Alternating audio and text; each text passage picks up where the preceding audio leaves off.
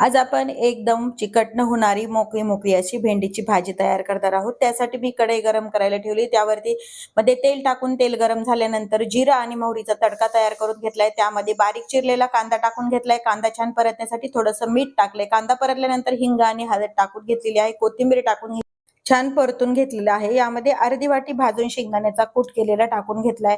लाल तिखट टाकलंय, कांदा लसूण मसाला, त्यासोबतच आपल्याला ही क्रॉस कटिंग करून घेतलेली भेंडी यामध्ये टाकून घ्यायची। सर्व मसाले आणि भेंडी छान एकत्र मिक्स करून घ्यायची। यावरती झाकण ठेवून आपल्याला एक वाफ येऊ द्यायची। झाकण काढून पाहायचंय, आपल्या भेंडीला छान वाफ आलेली आहे। मोकळी मोकळी भेंडी आपली छान तयार झालेली आहे। मीठ सर्वात शेवटी भेंडीची भाजी तयार झाल्यानंतर टाकून घ्यायचंय। थोडीशी बारीक चिरलेली कोथिंबीर पण त्यासोबत टाकून घ्यायची। मीठ शेवटी टाकल्यामुळे भेंडीची भाजी ही चिकट होत नाही। आणि पुन्हा हे सर्व जिन्नस छान मिक्स करून घ्यायची। चिकट न होणारी अगदी मोकळी मोकळी टिफिन साठी आपली भेंडीची भाजी तयार आहे।